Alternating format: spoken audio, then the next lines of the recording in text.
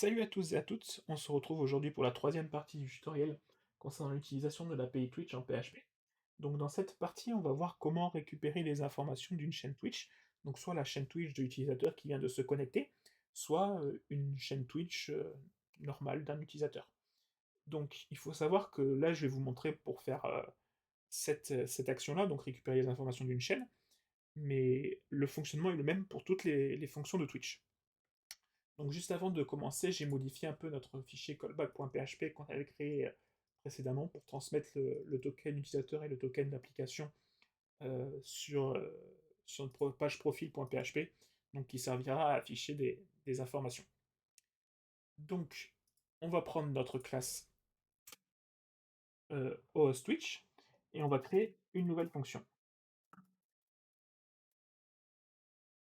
On va appeler get info channel.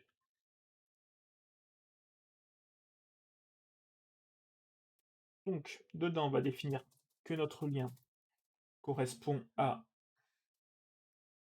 donc API Link qu'on a défini lors du premier épisode, ainsi que l'information user que Twitch nous fournit.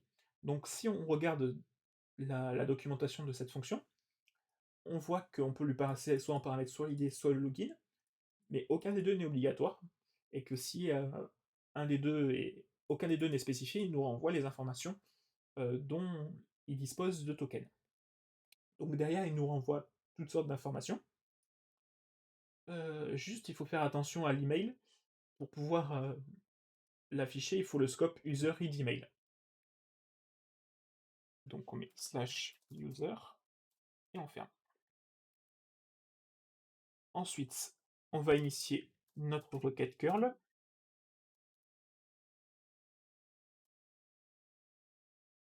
Sur notre lien et passer toutes les informations.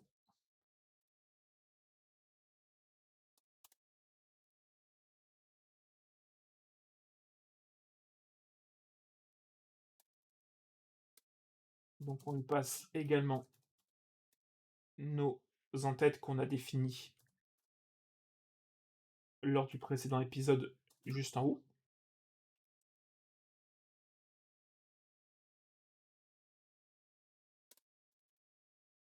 Ils sont donc dans l'attribut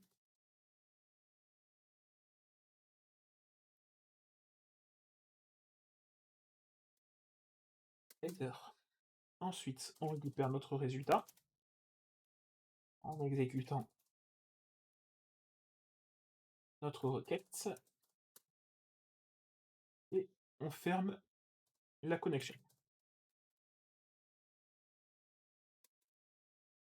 Et pour terminer, on retourne notre résultat.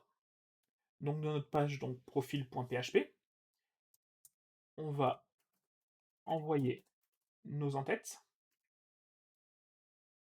Donc le token, on va utiliser le jeton utilisateur. Et le type, on va mettre 1 par exemple. Non, pas 1 du coup, on va mettre 2 parce que 1 ça correspond au JSON. Après, on va exécuter notre fonction pour avoir les informations de l'utilisateur. Get info channel, ouais. Donc sans paramètres. Et maintenant, si on affiche info user,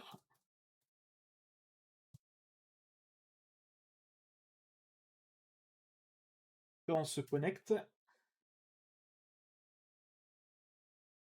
on a bien nos informations. Donc si on regarde la documentation, on voit que Twitch nous renvoie un objet data qui contient toutes les informations de la chaîne, et s'il y en a plusieurs, il nous renvoie plusieurs. Donc ce qu'on va faire,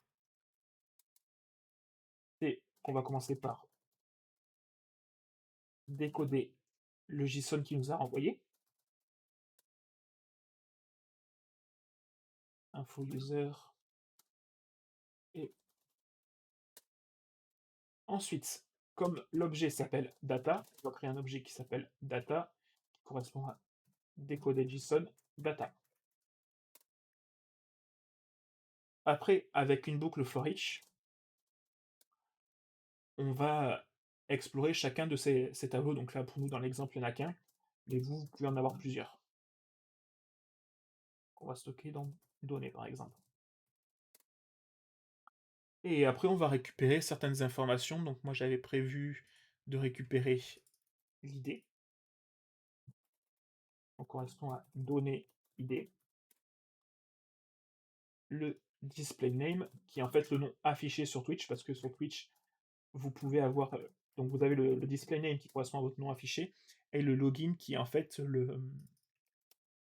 votre identifiant de connexion. Mais dans le login, vous n'avez pas les majuscules et ainsi de suite. Donc, on récupère l'image et on va regarder si le compte est affilié ou quelque chose comme ça. S'il est affilié partenaire, moi ça affichera rien comme le compte ne l'est pas.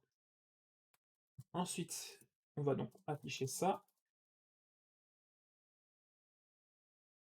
Euh,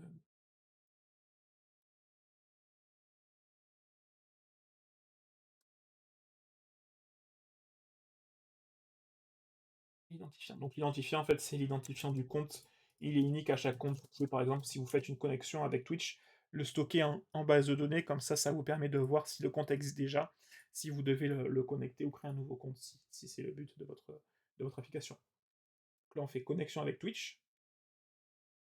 Et en théorie, je devais avoir les informations. Donc là, il y a juste l'image.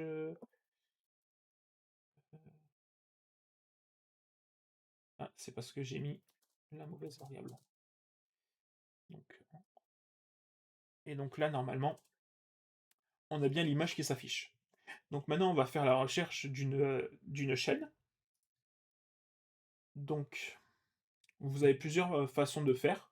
Nous, on va juste utiliser la même chose.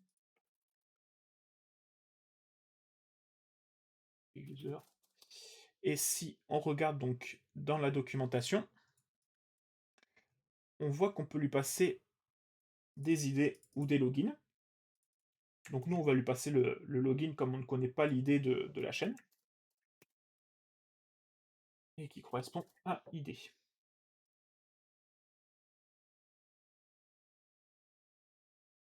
Vous avez donc plusieurs façons de faire, hein, parce que... Et du coup, j'ai dit...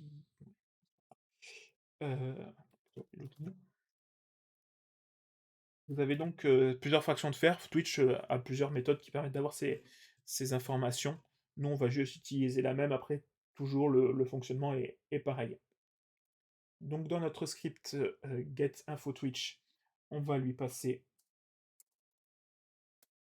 nos en-têtes, donc le token, et on va mettre là 5, ça n'a pas d'importance.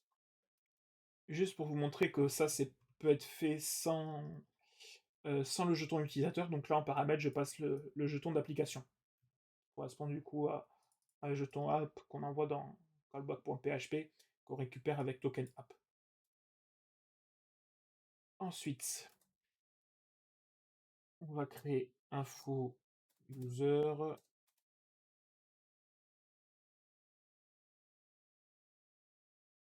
et le login, du coup, c'est ma variable que j'ai passée. Et donc là, le fonctionnement va être exactement pareil. On copie, on colle l'image,